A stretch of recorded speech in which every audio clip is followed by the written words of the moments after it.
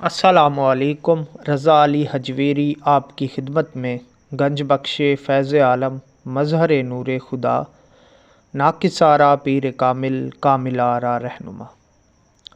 آج ہم حضرت داتا گنج بخش علی حجویری رحمۃ اللہ علیہ اور ان کے پیر و مرشد حضرت ابو الفضل ختلی رحمۃ اللہ علیہ کا مسلک بیان کریں گے۔ یہاں مسلک سے مراد سنی یا شیعہ نہیں ہے، بلکہ اس وقت مسلک کی بنیاد تصوف کی بنیاد پر ہوا کرتی تھی، یعنی جو صوفی اور فقیری مقام پر ہوتے تھے ان کو 2 درجات سے گزرنا پڑتا تھا۔ اسی 2 درجات کی بنیاد پر 2 مسلک مشہور ہوئے ہیں، ان کو تصوف کے مسلک کہا جاتا ہے۔ یہ مسلک کسی فتن و فساد یا شدت کی بنیاد پر نہیں ہوتے تھے، بلکہ یہ مسلک روحانیت کی بنیاد پر ہوتے تھے۔ اللہ تعالیٰ کے قرب کے منازل اور روحانیت کی بنیاد پر 2 راستے مجذوب اور سالک، جن میں مقام فنا اور مقام بقا 2 مقامات سے گزرنا ہوتا ہے۔ فنا اور بقا کے اوپر ہم نے ایک ویڈیو بنا رکھی ہے جو آپ ہمارے چینل پر تفصیلاً دیکھ سکتے ہیں۔ فنا اور بقا میں جو انسان کے اوپر روحانی کیفیت طاری ہوتی ہے، آج ہم اس کی تفصیل بتائیں گے، جس پر تصوف کے یہ مسلک 2 بنے ہیں۔ سب سے پہلے ہمیں یہ بات سمجھنے کی ضرورت ہے کہ تصوف میں جو 2 بنیادی مسلک ہوتے ہیں ان کا مطلب کیا ہے۔ حالت صحو یعنی ہوشیاری، اور دوسری ہے حالت سکر، یعنی سکر کا مطلب ہے نشہ، مدہوشی یا نیم بے ہوشی کی حالت میں ہونا۔ جیسا کہ اللہ تعالیٰ نے قرآن پاک میں ارشاد فرمایا ہے کہ جب تم مدہوش یعنی نشے کی حالت میں ہو تو نماز کے قریب مت جاؤ۔ حضرت داتا گنج بخش علی حجویری رحمۃ اللہ علیہ فرماتے ہیں کہ میرے شیخ رحمۃ اللہ علیہ کا مسلک حضرت سیدنا جنید بغدادی کی طرح حالت صحو تھا، نہ کہ سکر۔ آپ فرمایا کرتے ہیں کہ سکر یعنی مدہوشی بچوں کا کھیل ہے، اور حالت صحو یعنی ہوشیاری یہ مردان خدا کی جنازگاہ ہے۔ اور حضرت داتا گنج بخش علی حجویری رحمۃ اللہ علیہ فرماتے ہیں کہ میں شیخ کے مسلک پر ہوں، کیونکہ اصحاب سکر کا کمال اصحاب صحو ہے، اور مقام صحو کا کم ترین درجہ بشریت کا مٹ جانا ہے۔ بشریت کے مٹ جانے سے یہ نہ سمجھنا چاہیے کہ اس سے مراد مقام فنا ہے، جو کہ سکر کا دوسرا نام ہے، بلکہ یہاں بشریت سے مراد نفسانیت یا انسان کے نفس کا مٹ جانا ہوتا ہے۔ کچھ بزرگان دین یہ بیان فرماتے ہیں کہ ہوشیاری کو آفت کہا جاتا ہے۔ اب دیکھنا یہ ہے کہ صحو یعنی ہوشیاری کیسے آفت ہوتی ہے۔ وہ اس لیے کہ مقام صحو اور ہوشیاری میں انسان کو تمام آداب اور قواعد کی پابندی کرنی پڑتی ہے، اور تکالیف، بندگی اور عبودیت یعنی عبادات لازمی کرنی پڑتی ہے، جبکہ سکر میں یہ قیود مٹ جاتے ہیں۔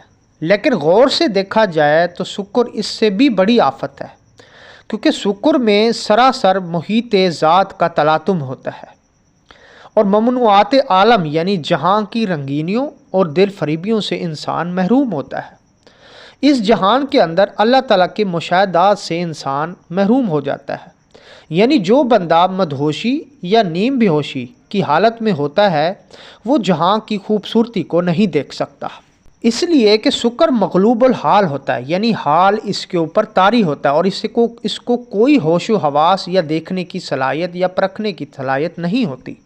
اور حالت صحو غالب الحال ہوتا ہے، یعنی بندہ حال پر طاری ہوتا ہے۔ سکر میں عبودیت سے محرومی ہوتی ہے، اور صحو میں ابدیت ہی ابدیت ہوتی ہے۔ سکر میں صوم و صلات مفقود ہوتے ہیں، یعنی عاجز۔ اس کا مطلب یہ ہے کہ اس حالت میں صوم و صلات پابند نہیں ہو پاتا، اور صحو میں یہ موجود ہوتی ہے۔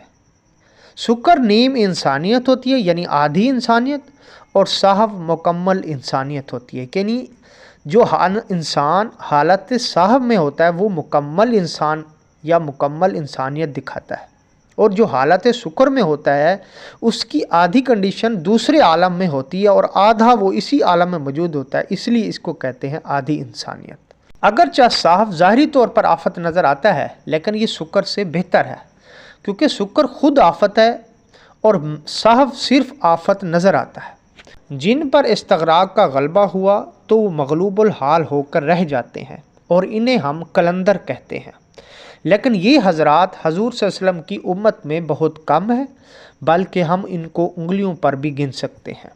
حضرت ابو عثمان مغربی رحمۃ اللہ علیہ کی سوانحات میں لکھا ہے کہ آپ نے ابتدائے سلوک یعنی جب آپ نے قرب اللہ کی منزل طے کرنے کے لیے سفر کی ابتدا کی تو آپ 20 سال تک صحراؤں میں عزلت نشین یعنی گوشہ نشینی اختیار کر لی، اور اسی عرصے میں آپ نے آدم ذات کی بو تک بھی نہ سونگھی۔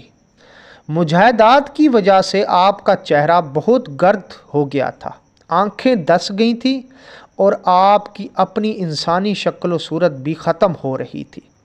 آپ رحمۃ اللہ علیہ کو جب 20 سال کے بعد آبادی میں جانے اور مخلوق کے درمیان رہنے کا حکم ہوا تو آپ کے دل میں خیال آیا کہ پہلے بیت اللہ جا کر اہل اللہ یعنی اللہ والوں کی صحبت اختیار کرتا ہوں تاکہ میرے لیے برکت کا باعث بنے۔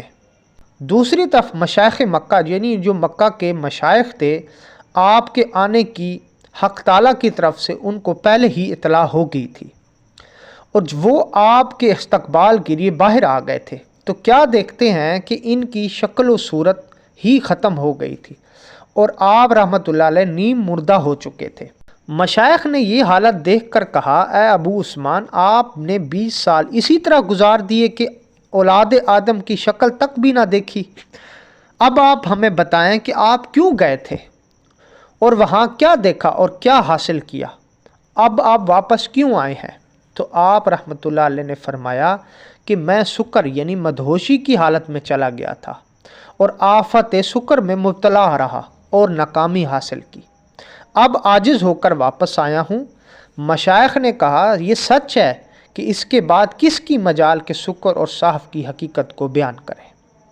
بزرگان دین تصوف میں یہ بھی فرماتے ہیں کہ یہ حالت سکر اور صحو یعنی ہوشیاری اور نیم بے ہوشی کی حالت انسان کی اپنی خودکار نہیں ہوتی، بلکہ یہ اللہ تعالیٰ کی طرف سے انسان کو عطائی طور پر ہوتی ہے۔ جب اللہ تعالیٰ کسی کے متعلق جو بہتر سمجھتا ہے اس کو اس حالت میں رکھ کر روحانیت کی تمام منازل طے کرواتا ہے، کسی کو حالت سکر میں رکھتا ہے اور کسی کو حالت صحو میں رکھتا ہے۔